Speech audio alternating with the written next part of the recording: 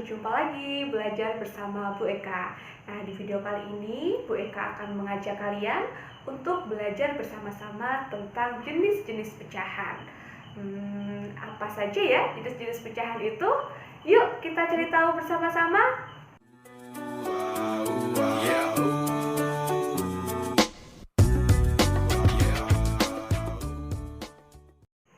Halo anak-anak, jadi di video kali ini kita akan belajar tentang macam-macam pecahan. Nah, apa aja ya macam-macam pecahan itu? Nah, kita tulis dulu judulnya. Macam-macam pecahan. Nah, yang pertama ada pecahan biasa. Nah, pecahan biasa ini adalah pecahan yang paling sederhana ya, bentuk pecahan yang paling sederhana. Nah, pecahan biasa ini ditandai dengan adanya tanda garis mendatar. Tandai dengan garis mendatar, misalnya 1/2. Nah, 1/2, kemudian ini. Nah, kalau yang bawah ini dibaca 3/4. Oke. Nah, selanjutnya di pecahan ini kita kita mengetahui istilah pembilang dan penyebut. Nah, pembilang itu adalah angka yang terletak di atas garis mendatar ini. Angka yang terletak di garis pernya ini, di atasnya. Nah, 1 ini disebut sebagai pembilang, sedangkan 2 ini disebut sebagai penyebut. Nah, kemudian untuk pecahan 3/4 ini, yang 3, angka 3-nya disebut sebagai pembilang, sedangkan angka 4-nya ini disebut sebagai penyebut. Nah, coba sekarang anak-anak pikirkan, kalau 7/8, 7/8 ini angka berapa ya yang disebut sebagai pembilang? Iya, pembilangnya adalah angka 7, yaitu angka yang berada di atas garis mendatar. Ini pembilang, sedangkan penyebutnya adalah angka 8. Ini penyebut. Oke. Nah, anak-anak, sekarang kita lanjut ke bentuk pecahan yang kedua. Nah, yang kedua itu ada pecahan campuran. Pecahan campuran. Nah, pecahan campuran ini adalah pecahan yang terdiri dari 2 jenis bilangan, yaitu yang pertama adalah bilangan bulat. Nah, yang kedua adalah bilangan pecah, atau kita sebut dengan pecahan. Nah, contohnya bagaimana Bu Eka? Contohnya adalah 31/4. Nah, diperhatikan cara penulisannya. Jadi bilangan bulatnya ini tepat di tengah-tengah garis mendatarnya ini ya, 31/4. Kemudian contoh lainnya adalah 4/2/5. Nah, ini cara penulisannya seperti ini. Jadi 4-nya itu berada di tengah-tengah garis mendatarnya ini. Bu, kalau misalnya nulisnya seperti ini bagaimana, Bu? 4/2/5. Nah, kalau anak-anak menulisnya seperti ini, terkadang anak-anak sendiri deh coba kalian baca lagi. Pasti nanti lihatnya bukan 42/5, tapi 42/5. Jadi penulisan untuk pecahan campuran perlu diperhatikan ya. Tulisannya bilangan bulatnya agak besar, kemudian pecahannya ini agak dikecilkan. Jadi pecahannya ini lebih kecil daripada angka tulisannya, lebih kecil daripada bilangan bulatnya. Terus bilangan bulatnya ini terletak di tengah-tengahnya. Nah, sama seperti pecahan biasa.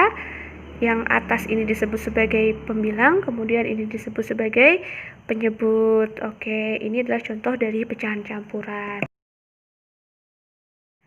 Nah, yang selanjutnya atau yang ketiga adalah pecahan desimal. Pecahan desimal.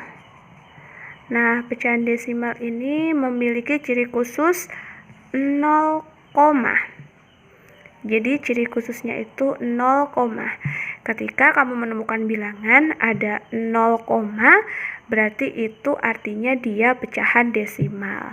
Nah, contoh pecahan desimal itu seperti apa? Nah, seperti ini. Ini dibaca 0,5. Kemudian 0, nah, coba kalau ini dibaca gimana? 0,15 ya, bukan 0,15. Kalau 0,15 itu salah. Tapi kalau 0,15 itu baru betul. Kemudian yang selanjutnya 0, ini. Nah, coba kalau ini bacanya gimana ya? 0,237 ya.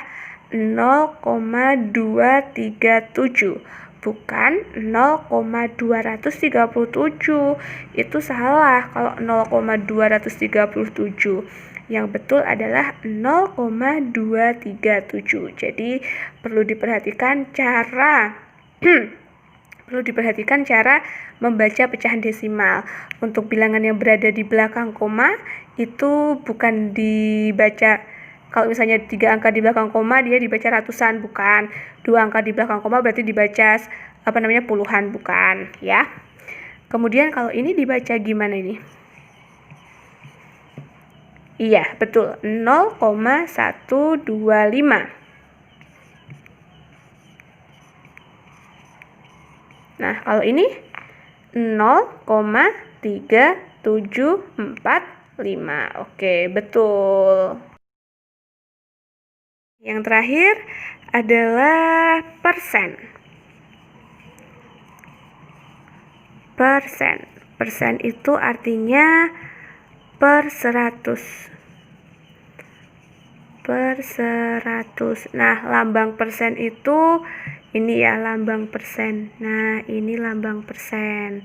Ini nolnya ada 2, itu ada lambang dari 100 karena 100 nolnya ada 2. Contohnya seperti apa ini? Nah, ini dibaca 5%. Ya, dibaca 5%. Nah, kalau ini bentuk pecahan biasanya seperti apa ya? Bentuk pecahan biasanya adalah 5/100. Ini bentuk pecahan biasa. Pecahan biasa dari 5%. Kemudian ada lagi misalnya ini. Nah, ini dibaca apa? Iya, 25% ya. Bukan 25%, tapi 25%. Kemudian bentuk pecahan biasanya bagaimana? Kita lihat angkanya yang depan ini. Berapa? 25 per. Nah, ininya tadi adalah per 100. Selesai, sudah jadi pecahan biasa. Satu lagi ya. Satu lagi misalnya 37%. Nah, bentuk pecahan biasanya bagaimana? Nah, bentuk pecahan biasanya adalah 37/100. Oke, selesai tentang persen.